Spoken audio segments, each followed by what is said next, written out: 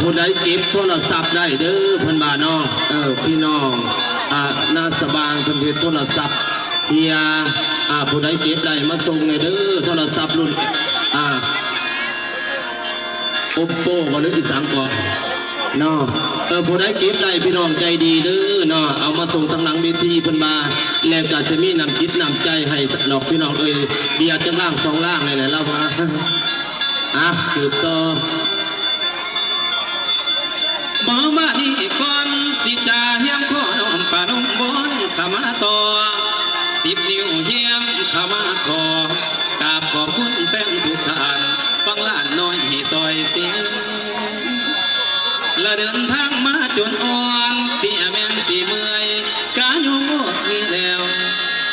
ย้อนอยากเห็นแฟนฟังมวลสุคนสมจางเดินทางมากะหลายบางเมียนอดนอนหลายวันอ้อมใจยังตั้งอยากลำสู่ไปลำใสเท้ากะอยากมีหมู่ขอเป็นพี่น้องและน้องขอกินข้าวดอกรวมพังและขอเป็นหลานแม่ป้าน้องแม่ป้าขอไปหาดอกมะเบี้ยอยากขอเป็นลูกสาวแม่หามาลำเถื่อนาขอได้ดอกผักสาวและคิดเห็นคิดเห็นคำแฟนเบาอย่าลืมกันเด้อเฮาย้ำแฟนเบาใจส่งเสริญในศาสตร์นี้สิบ่ลืมสิขอแค่ประดึกไว้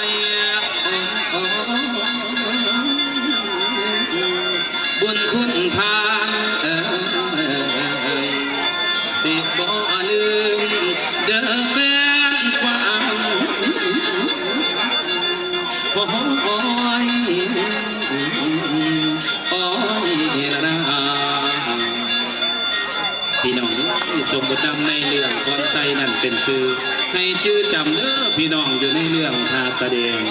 พรไซเองกระสังครอบครัวกับนวลจันทร์มาเป็นเวลาหลายปีพี่น้องก็ได้ลูกน้ำกัน2 คนคนทำบิดกับเป็นผู้ชายก็คือบุญมีคนที่2ลูกสาวป่านี่ก็กล่าวน้ำลงไปแล้ว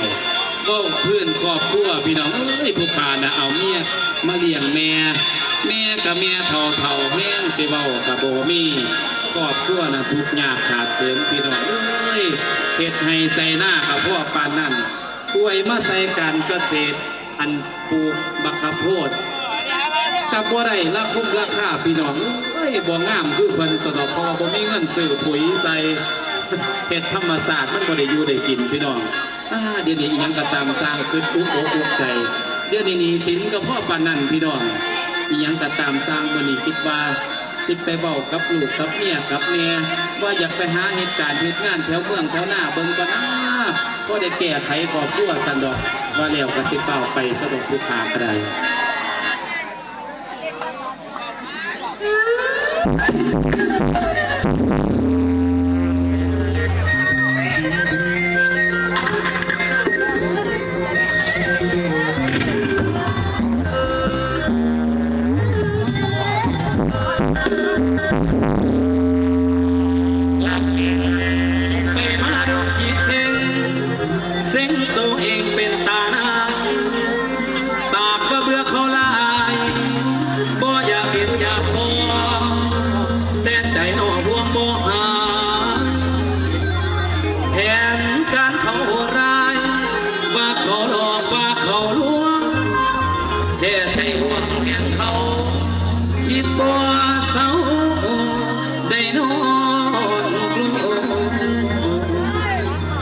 พี่น้องคนขอบใจเด้อ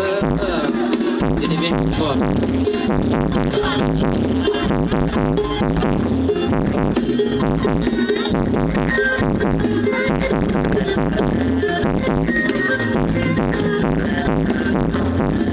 ใจทำไมถึงต้องบนเป็นใส่ทางบ้านวงทางในเดินใจยินด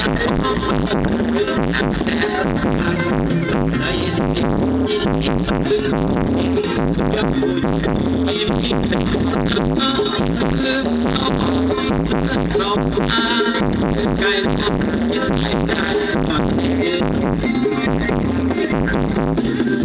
คิดให้ได้อีนี่เด็กก็น้ำเรือสกุลบอกไม่มาเห็นเขาแต่สมัยสดยังคนนั้นก็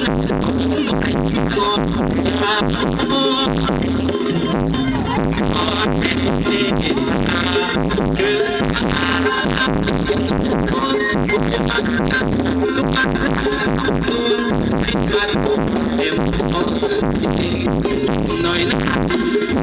หน่อยนะสาวสาวยิ้มยิ้ม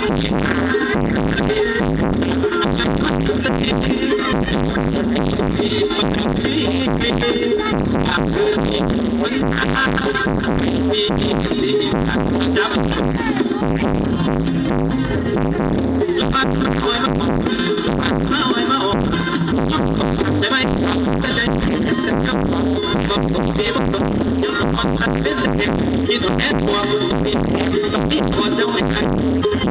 แอบว่าคิดจะให้เอาขึ้นจะกี่ร้อยล้านต้องเยอะด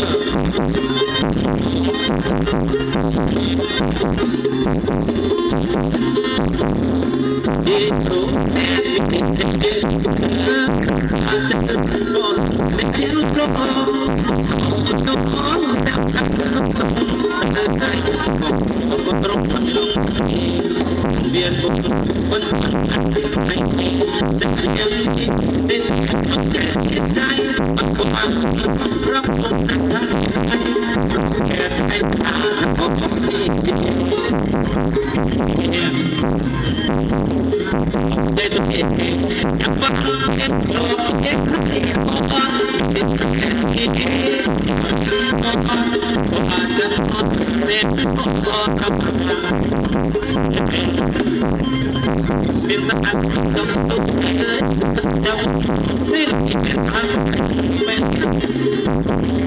จะไม่ได้ทางไปจะไปทำไมจริงใจเศร้าทนอย่าสอนต้องเดิน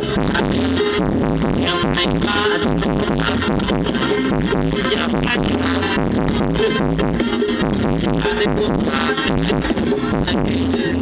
จะได้ขอตัวจะได้พักเต็มจะจะได้ควรคุยไม่ต้องรั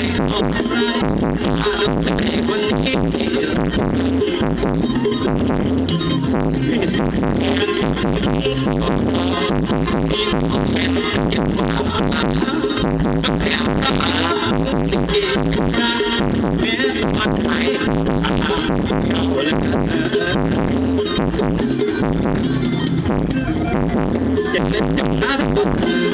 จงหาทั้งหมดที่นี่ฝันสูงกันกองนักการสู้สังหารสังหารสู้สังหารสังหารสังหารมาสังหารพิษใดกินมันก็คือมันเสียสิ่งเจ็บใจพิษ